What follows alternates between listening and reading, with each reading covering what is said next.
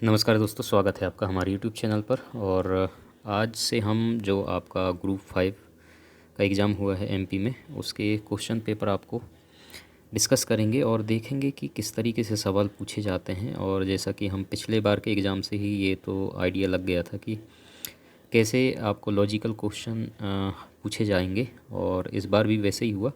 और थोड़ा सा ये बात हुआ ना कि जो सिलेबस है आपका, आपने देखा होगा पहले केवल लैब टेक्नीशियन का सिलेबस था, ठीक है।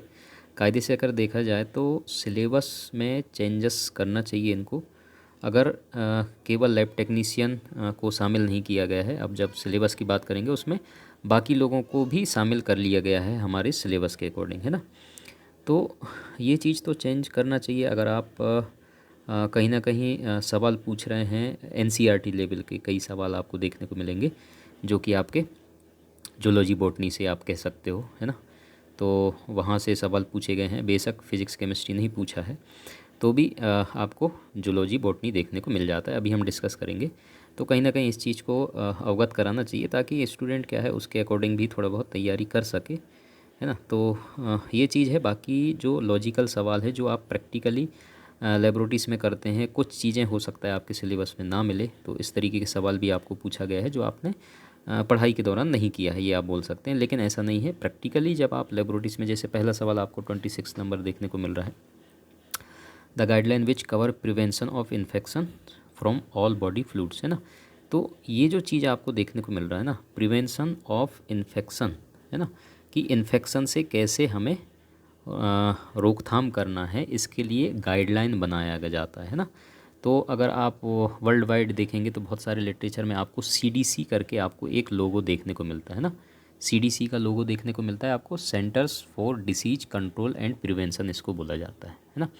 तो ये लोगो आपको बहुत सारे लिटरेचर में देखने को मिलेगा। जो भी आप चाहे कोई भी किट आप, जैसे सिंपल तौर पे मैं एचआईवी का ले लेता हूँ, है ना। तो एचआईवी का जब आप टेस्ट लगाते हैं किसी पेशेंट का, तो क्या क्या सावधानी आपको उस बीमारी से बचने के लिए किया जाना चाहिए, उस गाइडलाइन में पूरा आपको देखने को मिल जाता है सीडीसी वाले गाइडलाइन में, है ना। तो इसको फॉलो करना रहता है एचआईवी का जब आप टेस्ट लगाते हैं। तो ब्लड स्ट्रीम मतलब ब्लड से होने वाले इन्फेक्शन जो हो सकते हैं आपको ट्रांसमिशन, है ना, तो उससे कैसे बचना है, उसके लिए क्या क्या सावधानी, वो आपको सब गाइडलाइन सीडीसी में देखने को मिल जाते हैं। तो इस तरीके से गाइडलाइन आपको हॉस्पिटल या लेबोरेटरीज़ के लिए ये मुख्यतः हो जाता है। जो आप हॉस्पिटल में काम करते हैं या लेबोरेटरीज़ में काम करते हैं, उनके लिए ये गाइडलाइन प्रॉपर तरीके से फॉलो करने होते हैं, है ना। तो ये आपको पूछा है, लेकिन यहाँ पर स्पेशल आपको क्या पूछ लिया है कि बॉडी फ्लूइड्स के लिए, है ना, प्रिवेंशन ऑफ इन्फेक्शन का कौन सा गाइडलाइन इसमें फॉलो होता है, या कौन से गाइडलाइन में ये चीज़, कौन से गाइडलाइन को फॉलो करना रहता है जब आपको बॉडी फ्लूइड से अगर कोई इन्फेक्शन से बचना है तो, है ना।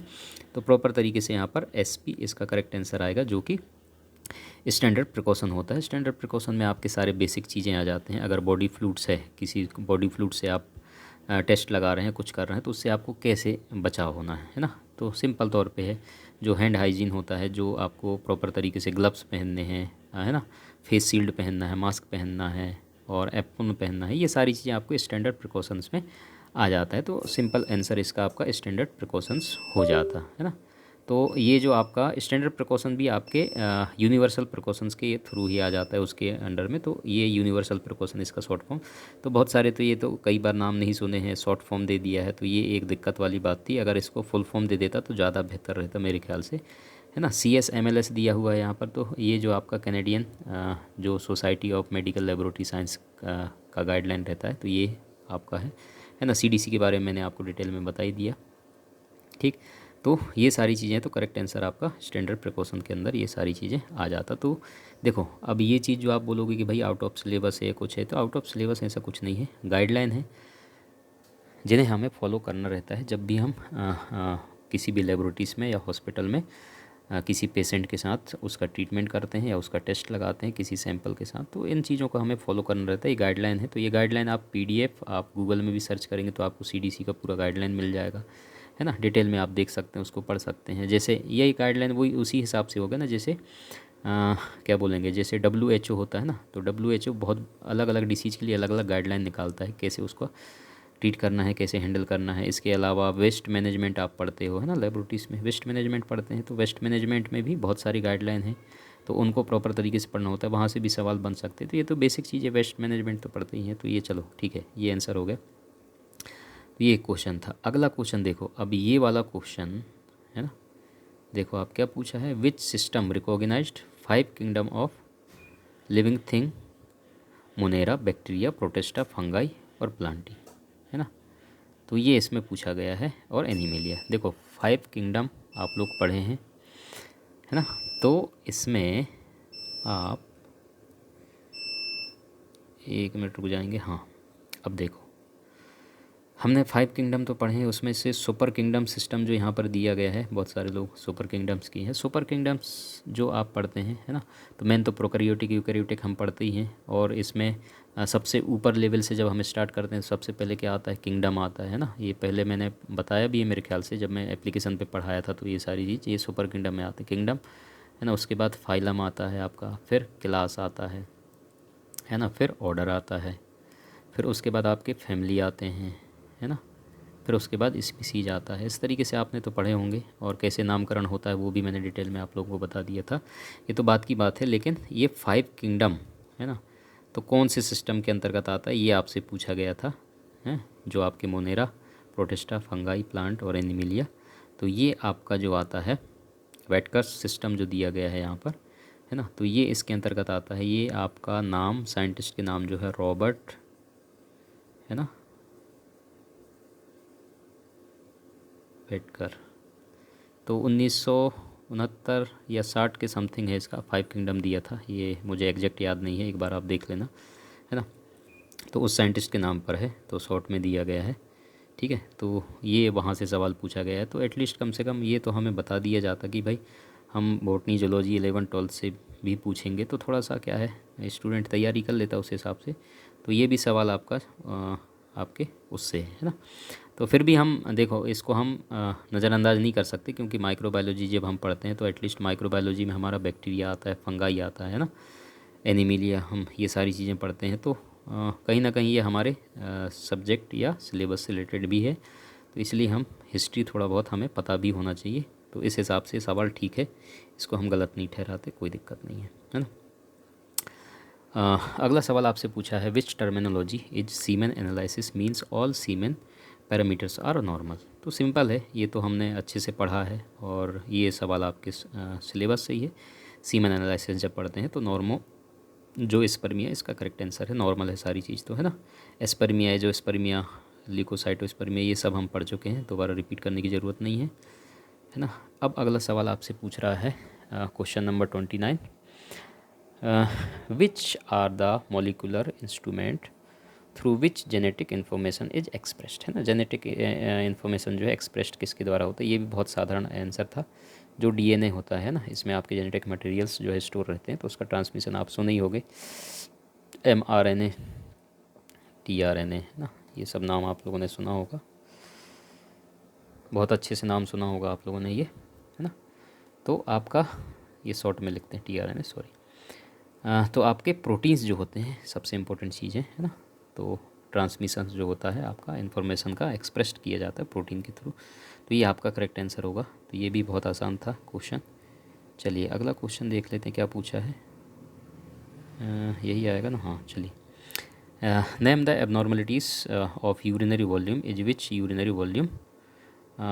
तो चलो ये तो बहुत अच्छा क्वेश्चन है, और ये बहुत आसान है। तो ये भी हम पढ़ चुके हैं कि ओलिगोयूरिया, पॉलीयूरिया, एनीयूरिया, है ना। ओनीयूरिया तो कुछ होता नहीं, चलिए। तो ये सारी चीज़ें, एनीयूरिया टोटल स्टॉप है, ओलिगोयूरिया मतलब कम हो गया, पॉलीयूरिया मतलब ज़्यादा हो गया। तो ये भी हमने पढ़ लिया है। तो ज़्यादा अगर हो रहा है नॉर्मल वॉल्यूम से 24 आवर्स के अंतर्गत, तो उस कंडीशन को क्या कहा जाएगा। तो ये आपसे सवाल पूछा था, है ना। 2 ml से ज़्यादा, 2 ml कितना है, 2000 ml है। चलिए, तो ये सवाल भी बहुत आसान था, पॉलीयूरिया इसका करेक्ट आंसर हो जाना था। अगला सवाल देखते हैं क्या पूछा है इसमें।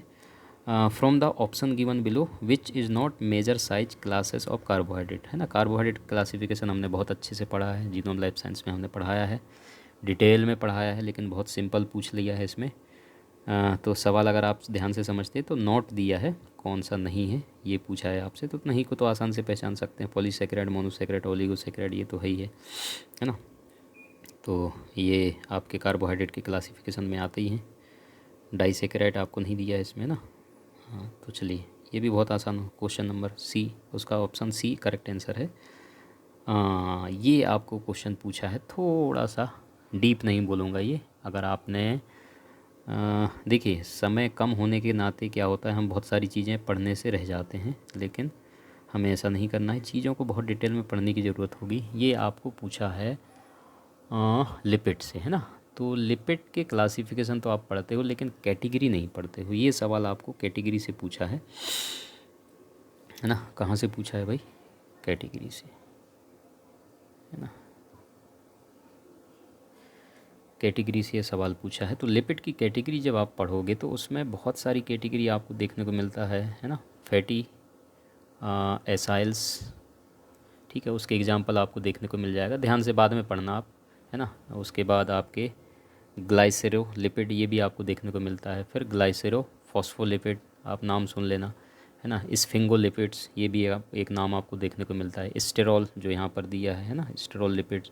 तो स्टेरॉल लिपिड्स के एग्जांपल यहाँ पर दिए थे कि जो कि आपका स्टेरॉल लिपिड्स जो होता है ये कोलेस्ट्रॉल से ही डेराइव्ड्स होते हैं, डेरिवेटिव्स होते हैं आपके कोलेस्ट्रॉल्स के, है ना, स्टेरॉल जो होते हैं। और इसके अलावा इसके साथ साथ आपके क्या क्या दिए हैं एग्जाम्पल के तौर पे यहाँ पर, बाइल एसिड्स, है ना, प्रोजेस्टेरोन। तो ये सारे के सारे जो एग्जांपल आपके स्टेरॉल लिपिड्स के हो जाते। अगर आप कैटेगरी ऑफ लिपिड अगर आपने पढ़ा होता तो इसका आंसर आप आराम से दे सकते थे। प्रिनॉल्स, है ना, तो ये भी आपके कैटेगरी में आते हैं। और सेकेरोलिपिड्स, ठीक है, ये भी आपकी कैटेगरी में आते हैं। और एक पॉलीकेटाइडिस, तो ये भी आपके उसमें कैटेगरी में आते हैं। तो कैटेगरी को थोड़ा सा आप ध्यान से पढ़ लेना और उसके एग्जांपल, तो आपको आराम से आसानी से आप इसका आंसर दे सकते थे, है ना। चलिए आगे चलते हैं। अगला सवाल, हाँ, क्वेश्चन नंबर 33 आपसे पूछा है the radio active elements found in our bone, है ना। तो रेडियो एक्टिव एलिमेंट्स की अगर हम बात करें तो नॉर्मल तौर पे आपके पोटेशियम 40, कार्बन 40, है ना, यूरेनियम, थोरियम, ये तो नेचुरली देखने को मिलता है। लेकिन ये जो होता है SR90, जिसको हम बोलेंगे स्ट्रोंटियम 90, है ना, तो ये शरीर में SR90 जो होता है कैल्शियम की तरह काम करता है और आसानी से हड्डी और दांत में शामिल हो जाता है। और क्या करता है ये, आसपास नरम ऊतकों में कैंसर का कारण बनता है ना। तो स्ट्रोंटियम 90 जो है इसका करेक्ट आंसर आ जाएगा। रेडियो एक्टिव एलिमेंट्स जो अपने बोन में प्रेजेंट होता है ना, तो करेक्ट आंसर इसका ये आएगा। 34 देखो यार, बहुत आसान क्वेश्चन पूछा था। Which of the following laboratories parameter is used to differentiate microcytic, normocytic and macrocytic anaemia. देखो ध्यान से सुनो, एनीमिया जब हमने पढ़ाया था तो बहुत ध्यान से आपको बताया था कि दो चीज़ उसमें इम्पोर्टेंट है, एक साइज, है ना, और एक कलर।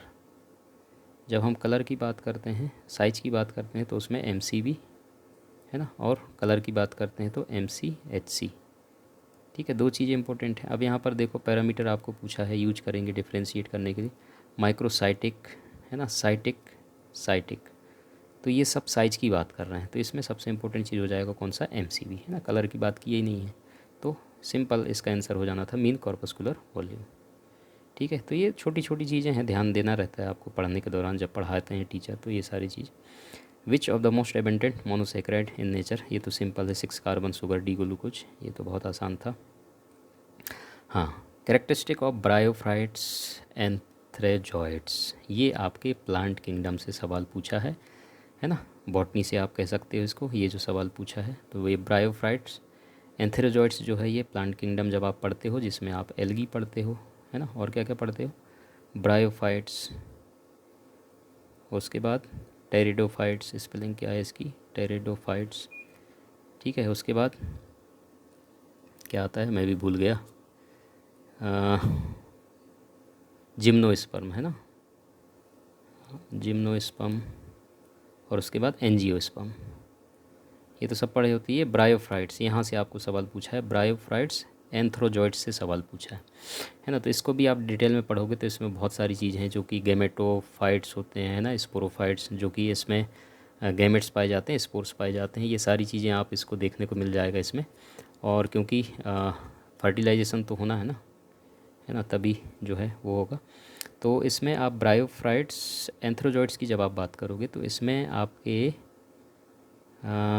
एंथ्रोजॉइड्स, इसकी जब हम बात करें तो ये मेल गेमेट्स में आपको देखने को मिलता है, मेल सेक्स ऑर्गन में, जो कि एंथ्रेडियम से जनरेट होता है। तो ये मोटाइल होते हैं ना, मेल गेमेट्स जो हैं। मोटाइल किसके थ्रू होते हैं? फ्लैजिला के थ्रू।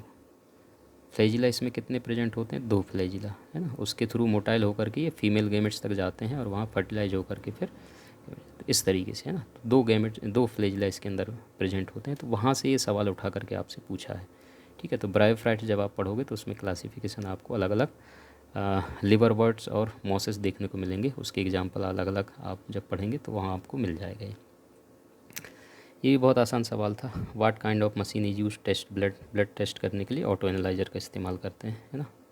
इसमें भी कुछ एक्स्ट्रा था नहीं। ये सवाल बहुत मतलब लॉजिकल सवाल था। क्या पूछा है? हाइपरटेंशन। हाइपरटेंशन का मतलब ही होता है हाई ब्लड प्रेशर, है, होता है ना, हाई ब्लड प्रेशर, हाइपरटेंशन। अब यहाँ हाइपर का मतलब हाई बोल दिया है ना, और ओवर बोल सकते हो। And the root word tension, tension का मतलब क्या होगा इसमें, ये पूछा है। तो सिंपल यार, इसमें प्रेशर आता है ना। बहुत आसान क्वेश्चन था, प्रेशर आता, और कुछ लॉजिक लगाने की ज़रूरत ही नहीं था, सिंपल था। चलिए 39 देख लें क्या पूछा है। ये भी हाँ, source provides iron to the main haemoglobin components, है ना। हीमोग्लोबिन जब हम पढ़ते हैं उसका ओरिजिन तब आपको पढ़ाया जाता है, तो वहाँ पर लिवर इसका करेक्ट आंसर है ना। तो सोर्स जो प्रोवाइड होता है आयरन का मेन आपके हीमोग्लोबिन कंपोनेंट के लिए, वो लिवर से होता है। तो ये भी बहुत आसान क्वेश्चन था। अब हाँ, fatty liver syndrome. Fatty liver syndrome जब आप पढ़ते हो तो 2 तरीके के फैटी लिवर सिंड्रोम आपको देखने को मिलता है। नॉर्मल भी किसी से भी आप बातचीत करोगे फैटी लिवर के बारे में, उनको पता हो जाता है कि नॉन एल्कोहलिक एक फैटी लिवर होता है और एक एल्कोहलिक फैटी लिवर होता है ना। तो 2 तरीके के फैटी लिवर आपको देखने को मिलते हैं। तो इसमें करेक्ट आंसर अल्कोहल इंटेक जो ज़्यादा करता है उसमें फैटी लिवर देखने को मिलता है। तो अल्कोहल इसका करेक्ट आंसर आता है। टोबैको से थोड़ी पेट बड़ा होता है, लिवर बड़ा होता है, फैटी लिवर, है ना। तो गलत है, मॉर्फिन, टोबैको, ये गलत आंसर है। अल्कोहल इसका करेक्ट आंसर है। चलिए आज के लिए 10 क्वेश्चन रखते हैं, आगे फिर 10 क्वेश्चन हम देखेंगे कैसे क्या क्या सवाल कहाँ कहाँ से पूछे हैं, क्या क्या चीज़ें हैं। तो ये भी सवाल सिंपल था, है ना।